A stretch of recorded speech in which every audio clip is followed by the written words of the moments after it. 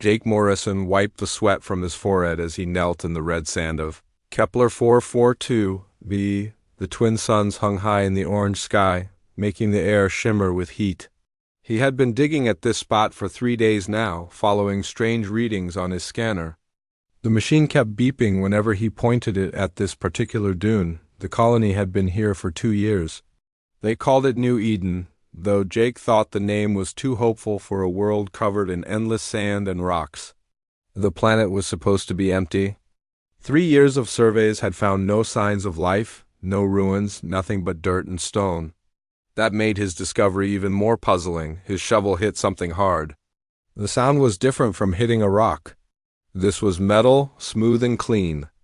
Jake brushed away more sand with his hands, revealing a corner of something that definitely did not belong on this world. "What the hell?" he whispered to himself. The object was a crate about the size of a large suitcase. It was made of metal. It looked like silver but felt different under his fingers. The surface was perfectly smooth without any scratches or dents. After being buried in sand for who knows how long, it should have been damaged. Instead, it looked brand new. Jake called his assistant, Danny Wells, over the radio. "Danny, I need you to bring the big scanner down here. And call Dr. Carter. Tell her I found something." While he waited, Jake cleared more sand away from the crate. As he worked, he noticed thin lines carved into the metal surface. They looked like writing, but not any human language he knew. The symbols were curved and flowing like water frozen in time.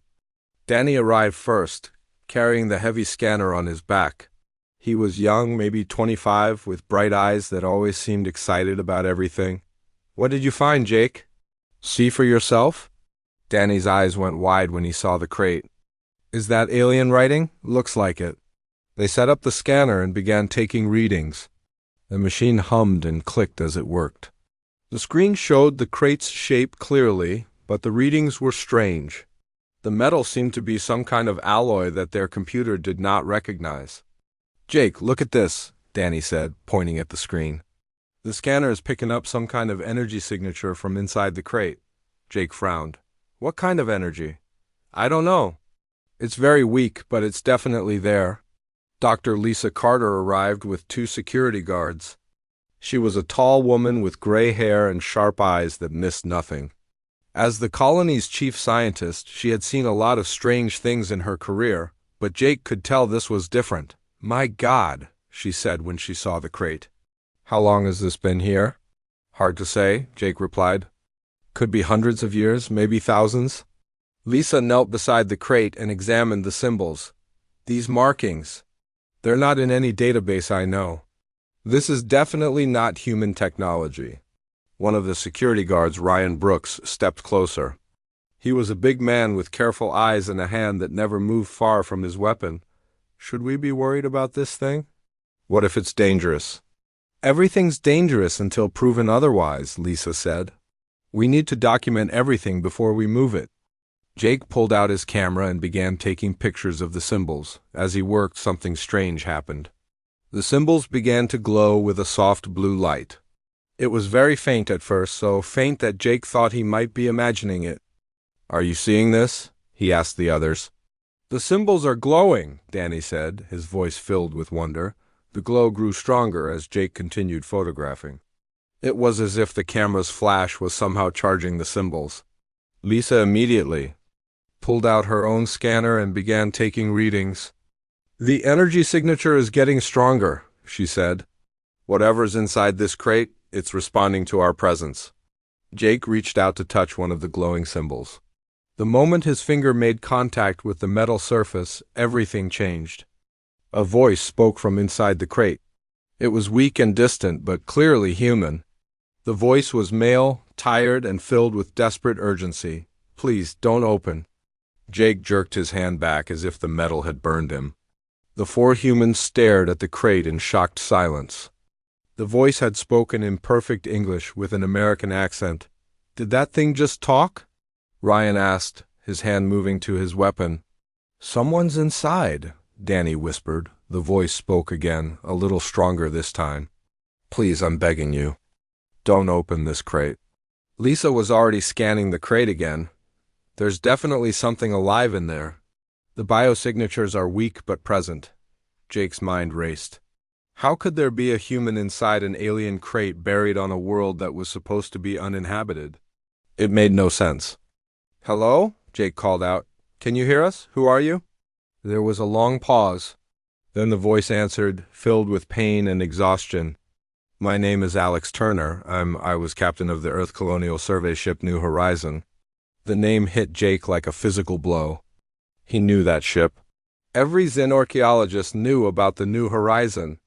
It had disappeared during humanity's first wave of interstellar exploration over a century ago. "That's impossible," Lisa said. "The New Horizon was lost in 2156. That was 127 years ago." "I know how long it's been," Turner's voice replied. "Every day, every hour, every minute.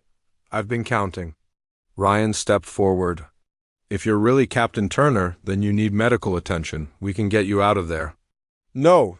Turner's voice became urgent, almost panicked. "You don't understand. You can't open this crate. If you do, it will kill everyone on this planet. Everyone in human space." "What are you talking about?" Jake asked. Turner's voice grew quiet again. "There's something else in here with me. Something that should never be released. I sealed myself in here to keep it contained. To keep it away from Earth, away from the colonies." Lisa was studying her scanner readings. "The biosignatures are strange. There's definitely human life in there, but there's something else too.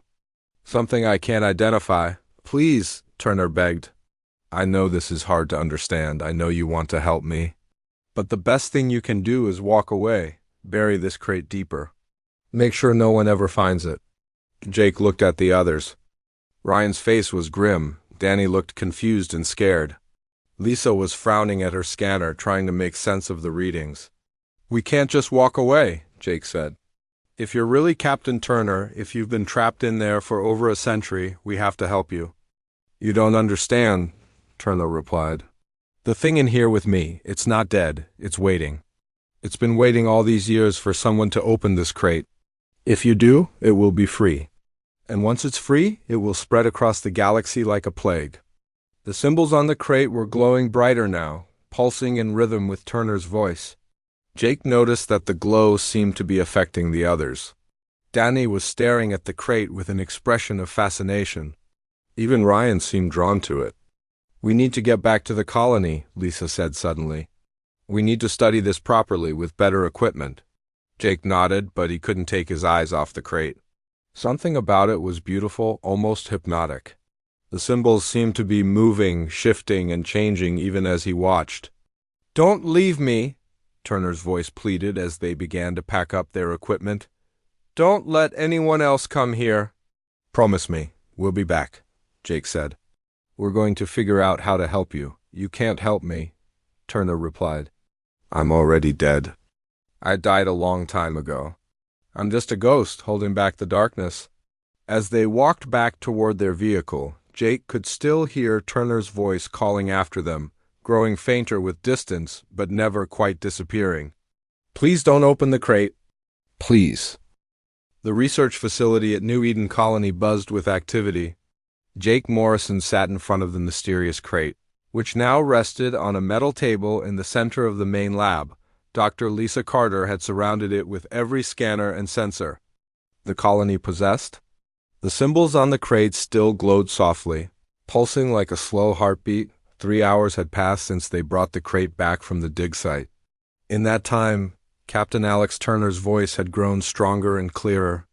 It was as if being inside the facility, surrounded by human technology and people, was somehow feeding energy into whatever kept them alive.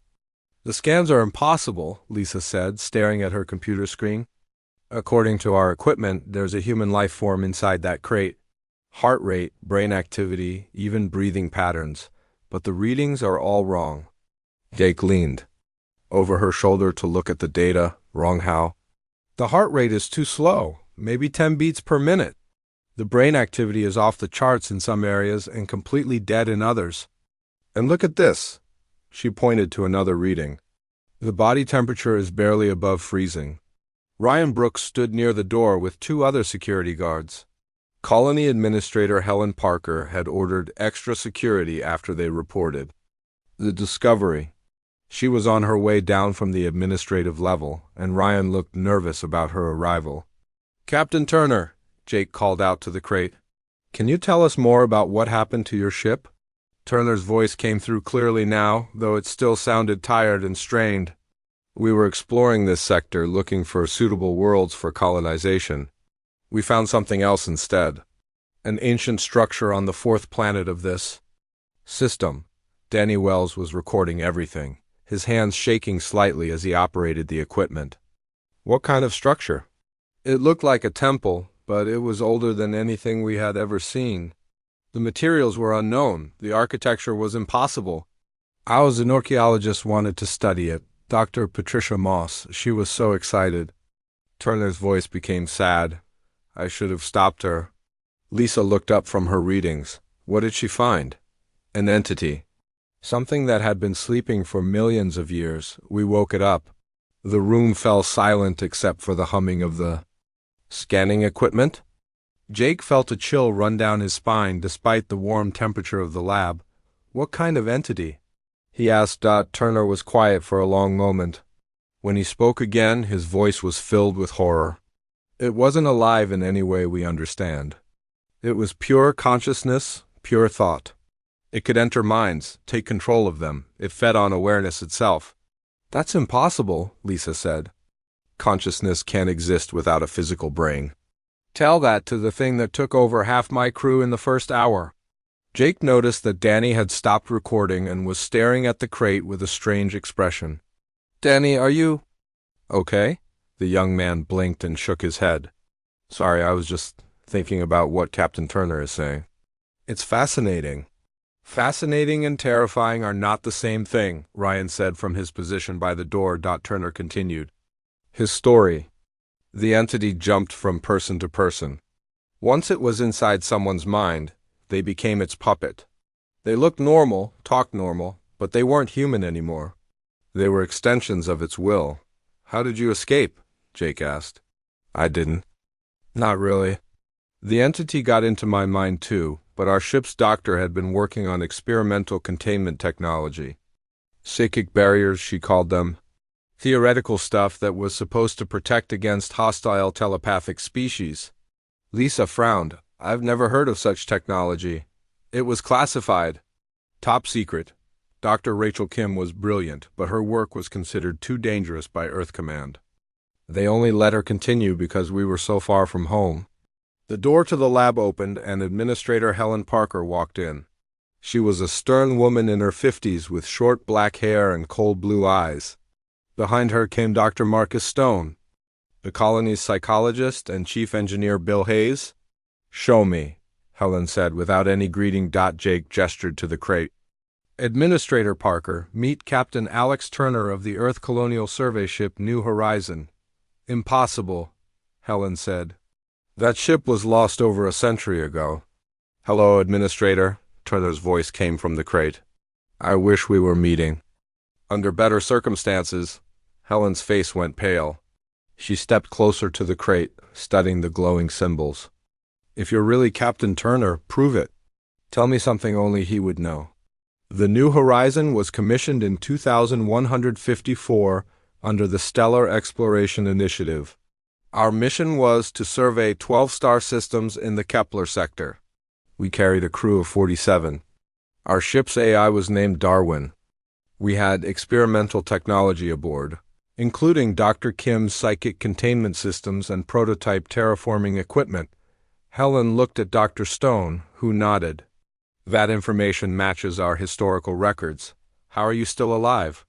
Helen asked. Turner's voice became grim. "I'm not sure I am alive. The containment system keeps me conscious, but my body should have died decades ago. The entity feeds on consciousness, but the barriers Dr. Kim created turn that feeding back on itself. It keeps me aware, keeps me able to fight it, but at a terrible cost." "What cost?" Dr. Stone asked. As the colony's psychologist, he seemed particularly interested in Turner's mental state. "Every day I have to battle it for control of my own mind. Every day it tries to break free." Sometimes it wins for a few hours and I lose time. I wake up and don't remember what happened. Those are the worst times. Jake noticed that Danny was swaying slightly on his feet. Danny, maybe you should sit down. I'm fine, Danny said, but his voice sounded distant. Captain Turner, what does the entity want? To spread.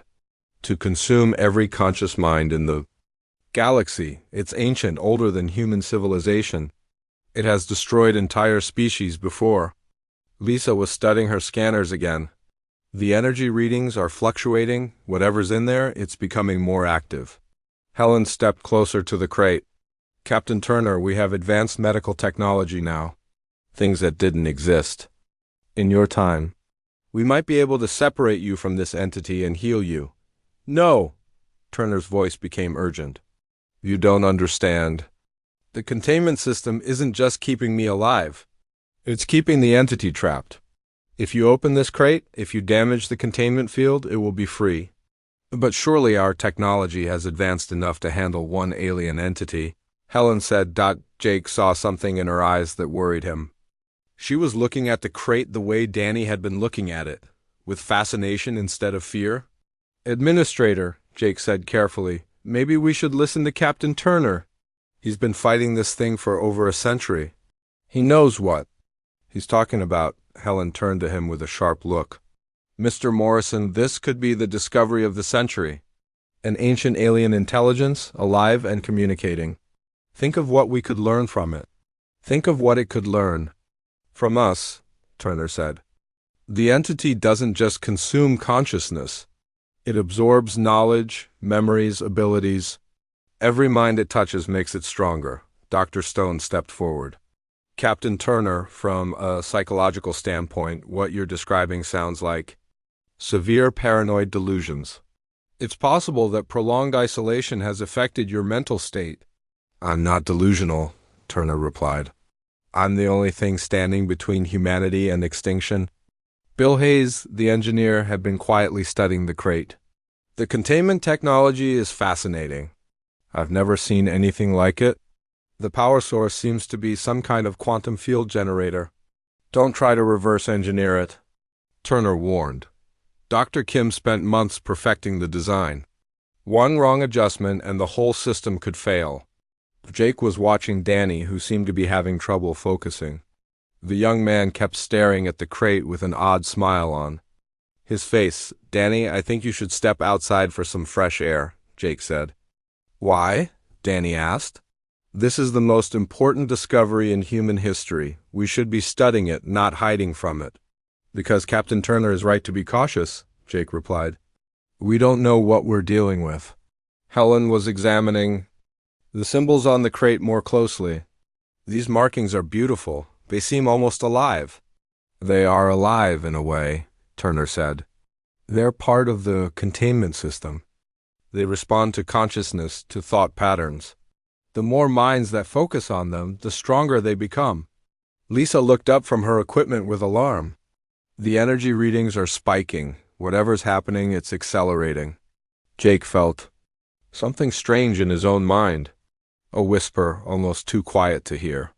It was telling him that the crate contained wonders beyond imagination. Technologies that could make humanity the most powerful species in the galaxy. He shook his head, trying to clear the thoughts. Everyone needs to step back from the crate. Now, why? Helen asked. We're perfectly safe. Captain Turner is contained. It's not Captain Turner I'm worried about, Jake said. It's the other thing in there with him. Turner's voice came through the crate, weaker now. It's starting. The entity is using your presence to grow stronger. The more minds it can touch, the more it can influence. You need to get everyone away from here, but Jake could see it was already too late. Danny was smiling at the crate like it was his best friend. Helen was tracing the symbols with her finger. Even Dr. Stone seemed fascinated by the glowing patterns.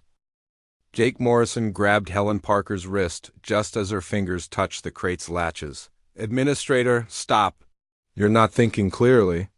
Helen turned to look at him, and Jake felt his blood run cold. Her eyes were still blue, but there was something else behind them. Something that watched him with ancient hunger. I'm thinking perfectly clearly, Jake, she said in her normal voice. For the first time in years, everything makes sense.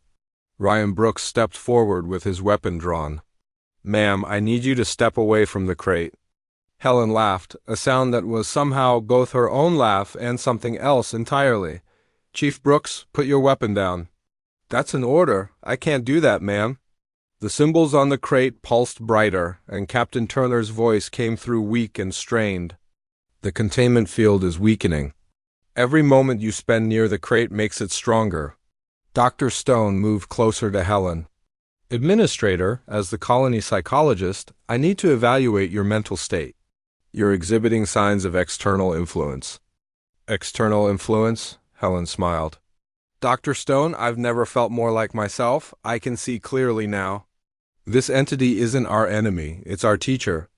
Jake kept his grip on Helen's wrist, but he could feel his own thoughts becoming fuzzy. The whispers in his mind were getting louder, telling him about amazing technologies and knowledge that waited inside the crate. He forced himself to focus on Turner's warnings. "Danny, help me get the administrator away from the crate," Jake called out. But when he looked around, Danny was gone. The young man had slipped out of the lab while everyone was focused on Helen. "Where's Danny?" Lisa asked, looking up from her scanners. "He left about 5 minutes ago," Bill Hayes said. "Said he was going to get some fresh air." Turner's voice came through the crate, filled with urgency. "You need to find him. If the entity has influenced him, he could be spreading its effect to other colonists." Ryan spoke into his radio. "All units, locate Danny Wells. Do not approach him alone. He may be compromised." Helen pulled her wrist free from Jake's grip. "You're all being paranoid. Danny is fine." "We're all fine? Better than fine?" "The energy readings are off the charts," Lisa said, her voice shaking. "The containment field is fluctuating wildly." Jake stepped back from the crate, pulling Lisa with him. "Everyone out of the lab, now," but Helen moved to block the door. "No one leaves. We're going to open this crate and welcome our new teacher into the world." "Helen, listen to yourself," Jake pleaded. "This isn't you talking. It's more me than I've ever been," she replied. "The entity has shown me things, Jake, technologies that could make humanity immortal, weapons that could protect us from any threat, knowledge that spans millions of years." Dr. Stone pulled out a medical scanner and pointed it at Helen. "Her brain activity is completely abnormal. There are patterns I've never seen before." "Of course my brain is different," Helen said. "It's evolved. The entity has given me gifts." Turner's voice came through the crate, weaker than before. "She's lying. The entity doesn't give gifts, it only takes. It's using her to manipulate the rest of you." Jake's radio crackled. It was one of Ryan's security guards. "Chief, we have a problem. Danny Wells is in the main cafeteria talking to a crowd of about 30 colonists. They're all acting strange." "Strange how?" Ryan asked. "They're talking about opening something they call the gift. They say it will make the colony better." Jake felt his heart sink. The entity's influence was spreading faster than they had expected. Helen smiled when she heard the radio message. "You see? The others understand. They can feel the entity's wisdom calling to them." "It's not wisdom," Turner said. "It's hunger. The entity feeds on consciousness. The more minds it touches, the stronger it becomes." Lisa was backing toward the emergency exit. "Jake, we need to evacuate the lab and seal it off." "Good idea," Jake said. He turned to Ryan. "Can your men handle this?" "We'll try," Ryan replied. "But if this thing can control minds, we might be fighting our own people soon." Helen stepped closer to the crate. "You can't stop what's already begun. The entity has been reaching out to minds across the colony all day. Soon everyone will understand." Jake's radio buzzed again. This time it was the colony's communication officer. "All department heads report to the main assembly hall immediately. We're having a colony-wide meeting about a new discovery." "Who called that meeting?" Ryan asked. "Danny Wells, sir. He said Administrator Parker authorized it." Helen nodded. "I did authorize it. It's time for everyone to learn the truth." Turner's voice came through the crate, barely a whisper now. "The containment field is failing. I can feel the entity pushing against the barriers. If it gets free, it will consume every mind on this planet in hours. Jake looked around the lab. Bill Hayes was staring at the crate with the same fascinated expression that Helen and Danny had shown. Dr. Stone was fighting it, shaking his head and trying to focus on his medical readings, but Jake could see the struggle in his eyes. Only Lisa, Ryan, and his two guards seemed completely unaffected so far. "Why aren't we all influenced?" Jake asked Turner. "Some minds are naturally resistant," Turner replied. "Strong will, clear purpose, or sometimes just random brain chemistry. But the resistance doesn't last forever. The longer you're exposed, the harder it becomes to fight." Jake made a decision. "Lisa, Ryan, we need to get to that assembly hall and stop Danny from spreading this thing further." "What about the crate?" Lisa asked. "We seal the lab and hope the containment holds a little longer." Helen laughed. "You can't seal me in here. I'm the colony administrator. People will come looking for me." "Then they'll find the real you," Jake said. "Not whatever this thing has made you into." As they moved toward the door, Helen called out behind them, "You can't fight it forever, Jake. The entity offers humanity everything we've ever dreamed of. Peace, knowledge, immortal life. Why would you want to deny our species that gift?" Jake paused at the door. For just a moment, her words made sense. Why should humanity struggle and suffer when there was an easy path to greatness? Then Turner's voice cut through his confusion. "Jake, don't listen. That's exactly how it starts. First the promises, then the surrender, then the consumption. I've been fighting these thoughts for 127 years. Jake shook his head clear and activated the lab's emergency lockdown. Heavy metal doors slammed shut, sealing Helen inside with the crate. "This won't hold her for long," Ryan said. "She has override codes." "It doesn't need to hold her," Jake replied. "It just needs to slow down the entity's influence." They ran through the corridors toward the main assembly hall. Along the way, they passed colonists who were all walking in the same direction with dreamy expressions on their faces. "How many people live in this colony?" Lisa asked. 243, Ryan replied.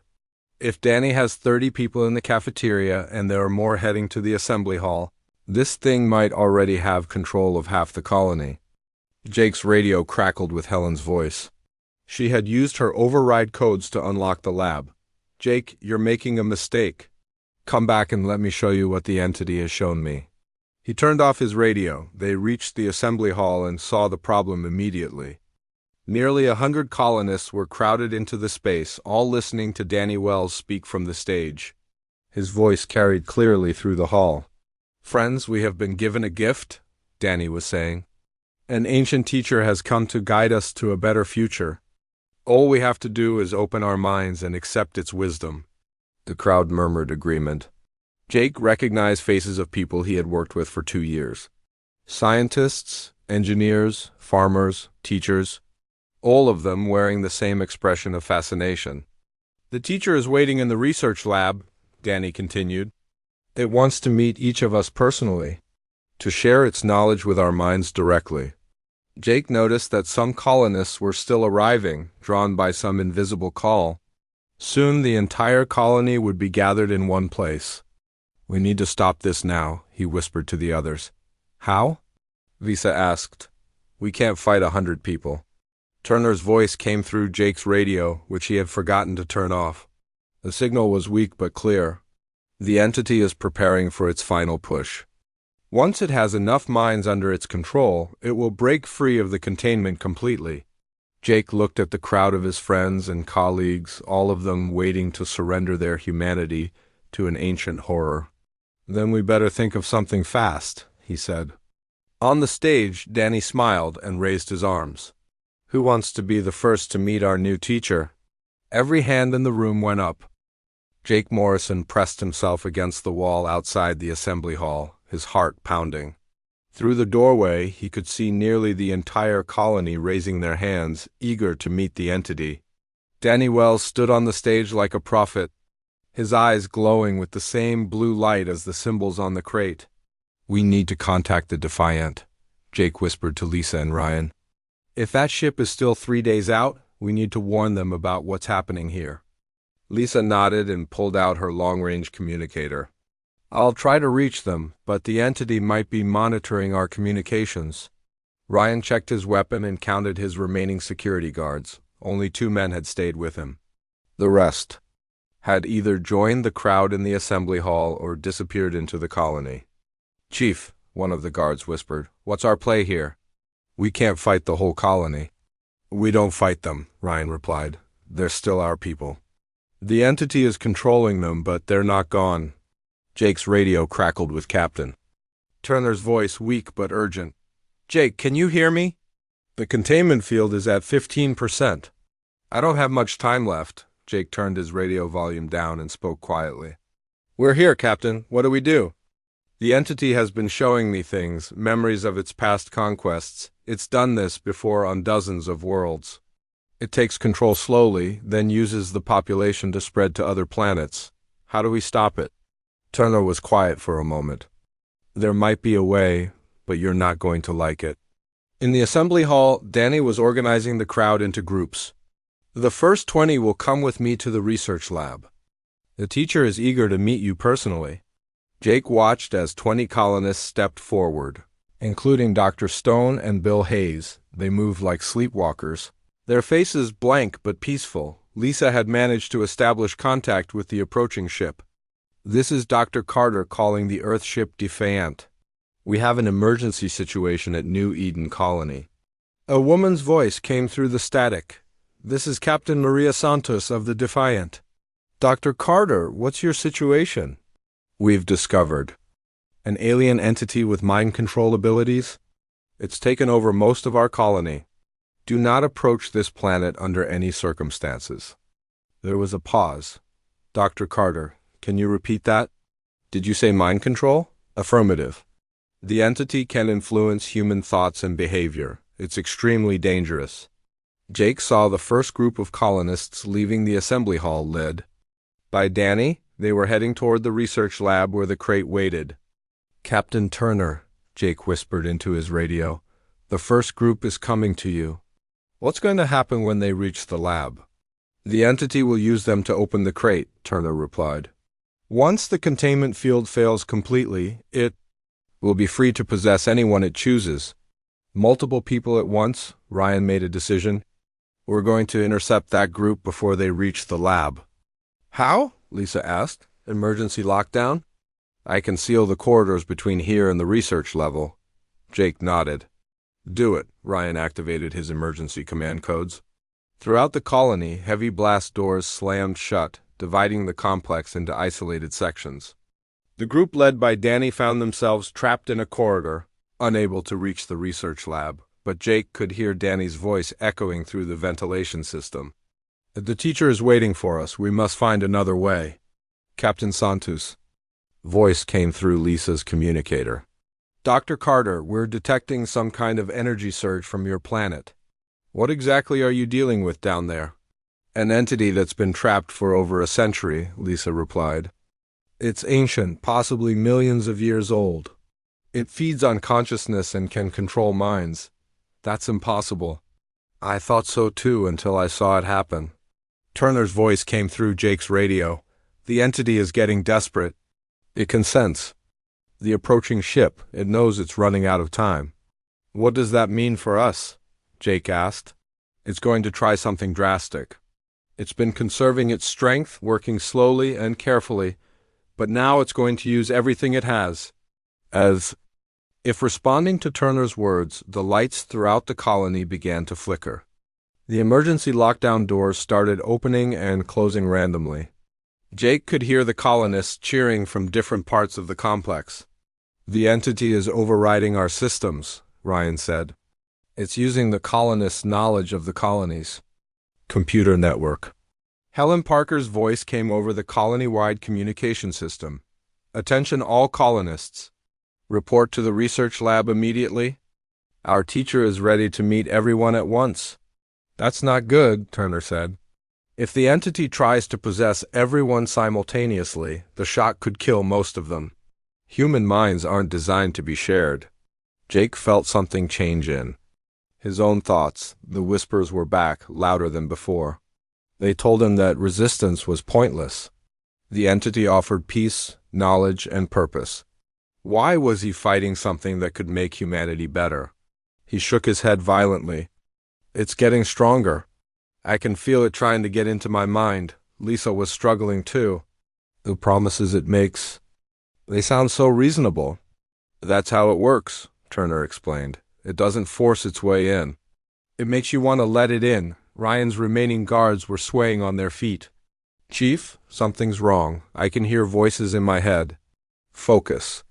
On my voice, Ryan ordered. Remember your training. Remember your duty to protect the colony?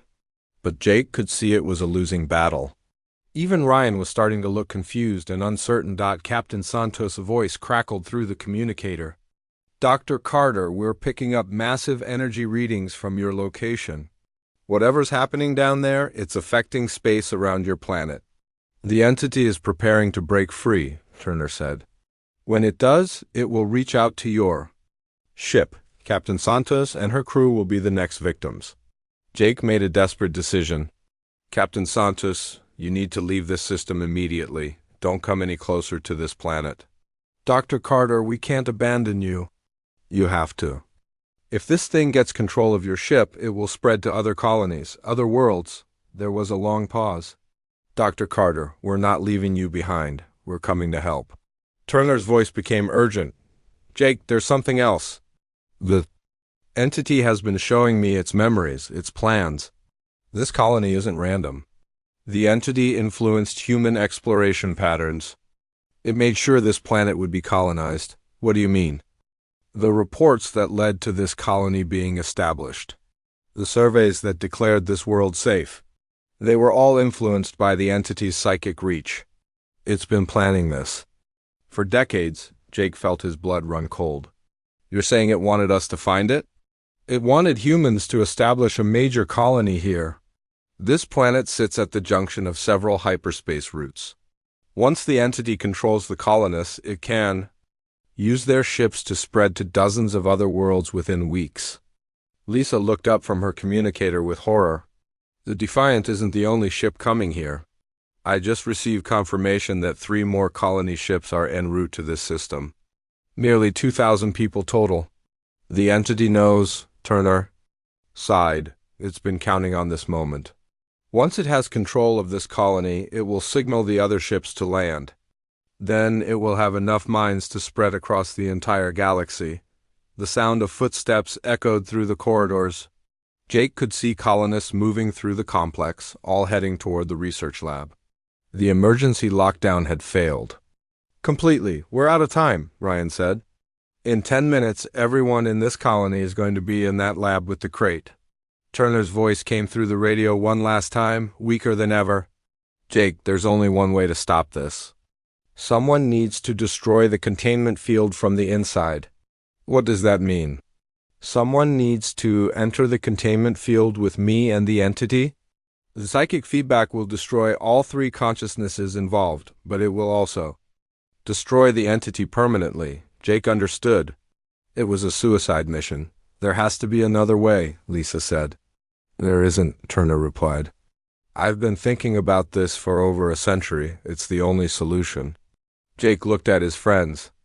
Lisa was fighting off the entity's influence with visible effort. Ryan was struggling to stay focused. The guards were barely standing. The sound of footsteps was getting closer. Soon the entire colony would be gathered around the crate, and the entity would be free. Jake made his choice. Tell me what I need to do. Jake Morrison ran through the corridors of New Eden Colony, his heart pounding as he raced toward the research lab. Behind him, he could hear the footsteps of hundreds of colonists all moving in the same direction. The entity was calling them, and they could not resist. Jake, wait, Lisa Carter called out, running to catch up with him. There has to be another way. There isn't time to find another way, Jake replied without slowing down. Captain Turner has been fighting this thing for over a century. If he says this is the only solution, I believe him. Ryan Brooks and his 2 remaining guards were trying to keep up, but Jake could see the struggle in their eyes. The entity's influence was getting stronger by the minute. Soon even they would be walking toward the lab like the others. Turner's voice crackled through Jake's radio, weak and filled with pain. Jake, listen carefully. When you reach the lab, you need to place your hands on the symbols at the same time. I trigger the feedback loop. The psychic energy will destroy all three of us, but it will also collapse the containment field in a way that traps the entity. What about the colonists? Will they be freed? Yes, but they might not remember what happened. The entity's influence should fade completely within hours. Jake reached the research lab and found the heavy doors standing open. Inside, he could see Helen Parker standing next to the crate. Her eyes were glowing bright blue now, and she was speaking in a voice that was not entirely her own. "Welcome, Jake Morrison," she said. "I have been waiting for you. Helen, I know you're still in. They're somewhere. Fight this thing." Helen smiled, but it was not her smile. Helen Parker chose to join with me willingly.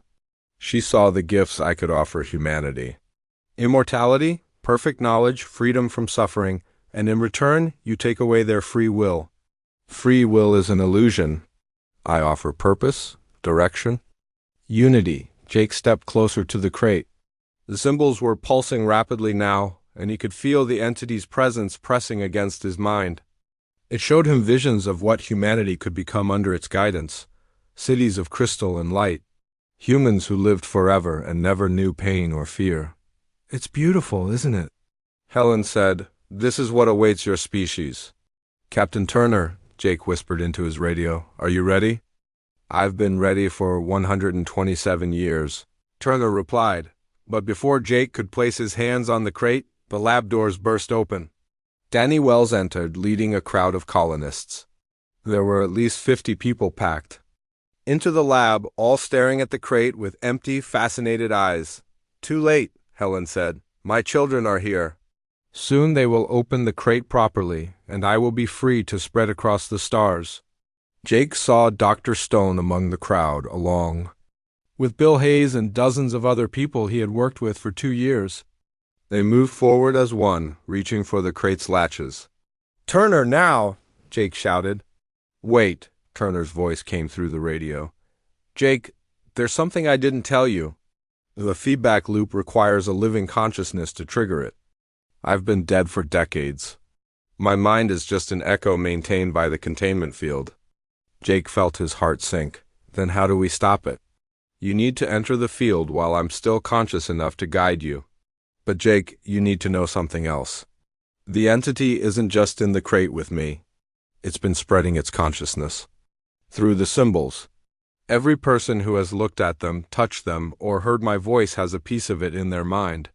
Jake looked around the lab. Everyone was there. Lisa, Ryan, the guards, all the colonists. They were all connected to the entity now. "Are you saying it's already won?" "No, but destroying it will be harder than I thought. You'll need to sever all the connections at once." Helen stepped between Jake and the crate. "You cannot stop what has already begun. I have touched every mind in this colony. Soon I will touch every mind on your approaching ships." Jake pulled out his communicator. "Captain Santos, this is Jake Morrison. You need to destroy this planet." Santos' voice came back immediately. "Mr. Morrison, what are you talking about?" "The entity is about to break free. If it does, it will spread to your ship and then to the rest of human space. You have to stop it here. We're not going to destroy a planet with over 200 people on it." "Those people are already lost," Jake said, looking at the crowd of colonists surrounding him. "But if you don't stop this thing here, billions more will die." Turner's voice cut through the conversation. "Jake, there might be another way. The entity's weakness is that it needs conscious minds to exist. If we can cut it off from all consciousness at once, it will starve. How do we do that?" "The colony's medical bay has emergency sedatives, enough to put everyone to sleep for hours. If the entity has no conscious minds to feed on, it will weaken enough for the containment field to hold." Jake looked at the crowd of colonists. They were all staring at him now, their eyes glowing blue. "How am I supposed to sedate 50 people who don't want to be sedated?" "The ventilation system," Lisa said suddenly. She was fighting to speak clearly, the entity's influence making her words slurred. We can pump sedative gas through?" "The air system." "That would affect the whole colony," Ryan said, "including us." Better than letting that thing escape, Jake replied. Helen laughed, the sound echoing strangely in the lab. You think your primitive chemicals can stop me? I am beyond your understanding. But Jake noticed something. As Helen spoke, her voice flickered between her own and the entity's. She was still fighting, somewhere deep inside. Turner, if we sedate everyone, will that give you enough time to strengthen the containment field? It might. But Jake, you need to understand something. Once I reinforce the field, there will be no way to open it again. I'll be trapped forever, truly forever. Jake made his decision. Lisa, can you make it to the medical bay? Lisa nodded, though her movements were becoming sluggish. I think so.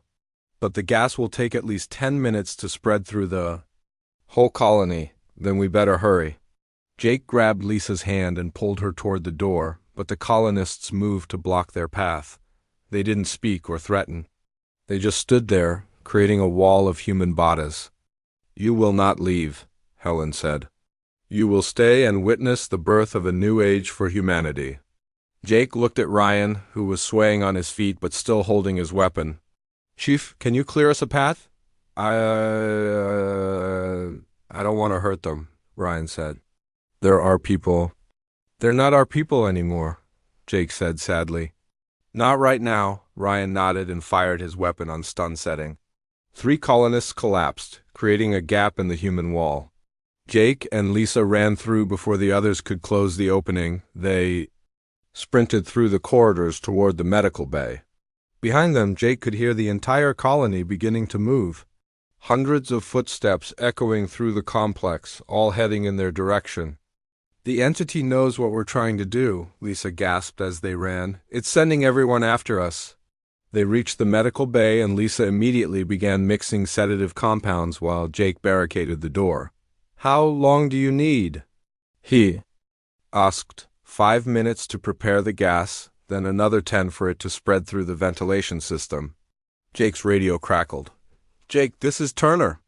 The containment field is down to 8%. Whatever you're going to do it fast. The door shook as colonists began pounding on it from outside.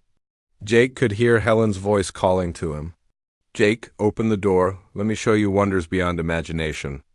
Almost ready, Lisa said, her hands working quickly with the chemical. Compounds. The pounding on the door grew louder. Jake could see the metal beginning to buckle. Turner, what happens if the field fails before we can sedate everyone? Then the entity breaks free completely. It will possess every person on this planet simultaneously. After that, nothing can stop it. Lisa activated the gas dispenser. It's done. The sedative is entering the ventilation system now. How long before it takes effect? 3 to 4 minutes for full concentration. The door burst open. Helen Parker walked in, followed by dozens of colonists. Their eyes blazed with blue light, and when they spoke, it was with one voice. You have delayed the inevitable, the entity said through their mouths, but you cannot stop what I have begun. Jake backed toward the ventilation control panel. Turner, the gas is spreading, but I don't think we have enough time. Jake, Turner's voice came through the radio, clearer than it had been in hours. There's one more thing I can do. I can channel all of the entity's attention toward myself. Draw its consciousness away from the colonists and back into the containment field. What will that do to you? It will burn out what's left of my mind, but it will give the sedative time to work. Jake looked at the crowd of colonists advancing toward him. He could see the first signs that the gas was working. Some of them were moving more slowly, blinking confusion. Do it, Jake said. Turner's voice came through the radio one last time. Tell Earth that Captain Alex Turner of the New Horizon completed his mission. The entity dies here. The colonists suddenly stopped moving. Their eyes rolled back, and they swayed like trees in a strong wind.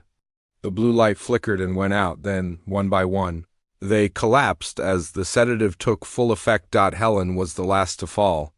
As she hit the ground, her eyes cleared for just a moment. Jake, she whispered in her own voice, did we stop it?